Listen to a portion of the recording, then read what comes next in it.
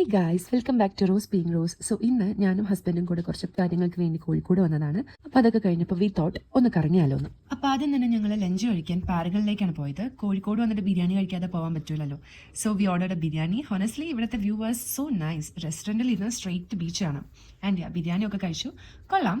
പക്ഷേ Angamaly Paragon still winning in my head.